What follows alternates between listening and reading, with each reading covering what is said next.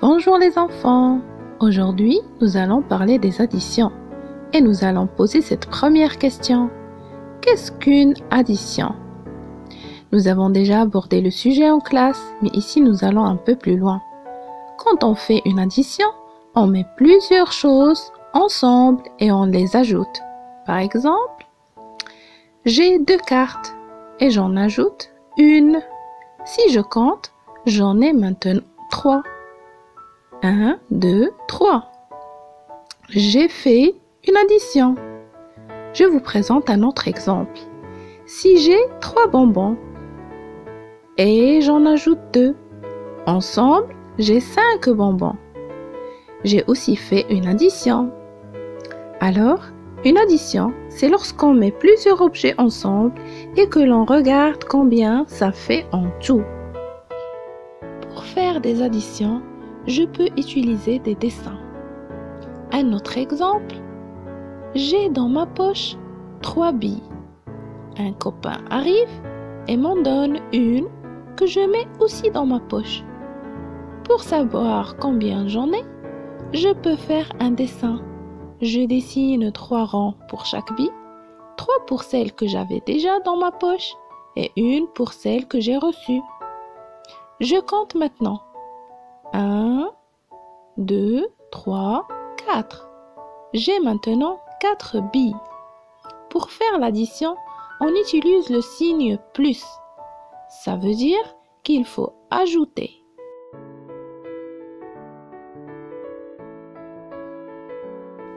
Si je reprends l'exemple précédent, j'avais 3 billes dans ma poche et j'en ajoute une.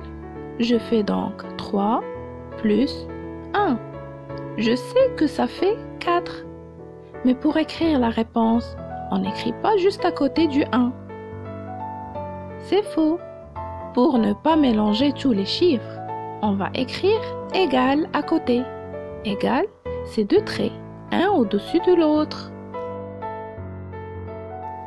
Je vais donc relire tout mon calcul. 3 plus 1 égale 4.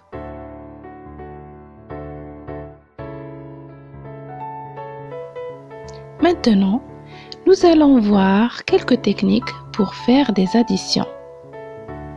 Alors, nous allons faire le calcul suivant. 3 plus 5 égale. Et nous allons chercher la réponse. Tu peux utiliser tes doigts. D'un côté, tu lèves 3 doigts et de l'autre, tu lèves 5 doigts. Tu comptes ensuite tous les doigts levés. 1, 2, 3, 4, 5, 6, 7, 8. Tu as donc 8 doigts levés. La réponse est 8. Tu peux aussi utiliser des objets, des cubes par exemple. D'un côté, tu mets 3 cubes et tu ajoutes 5. Ensemble donc on a 1, 2, 3, 4, 5, 6, 7, 8. On a donc 8 cubes. C'est la même réponse qu'avec les doigts. Tu peux faire la même chose, mais au lieu d'avoir des objets, tu peux les dessiner. Tu dessines 3 objets d'un côté et tu rajoutes 5 objets de l'autre côté et tu obtiens également 8. Voici une autre technique. Il faut d'abord que tu prends le plus grand chiffre, ici c'est le 5, et tu le mets dans ta tête. Ensuite, il faut que tu ajoutes 3 sur tes doigts. Alors tu lèves 3 doigts. Vas-y, lève 3 doigts, plus haut pour que je puisse les voir. Alors, comme tu as 5 dans ta tête, tu avances ensuite sur tes doigts. Après 5, il y a 6. Ensuite, 7. Enfin, 8. On a de nouveau la même réponse. On appelle cette technique le calcul mental. Rappelle-toi bien de ça. Pour la dernière technique, il te faut une frise numérique, comme celle-là. Ensuite, tu prends le plus grand chiffre, c'est toujours 5. Tu mets le doigt sur le 5 dans la frise. Tu vas avancer de 3 cases. Regarde bien, j'avance avec mon doigt.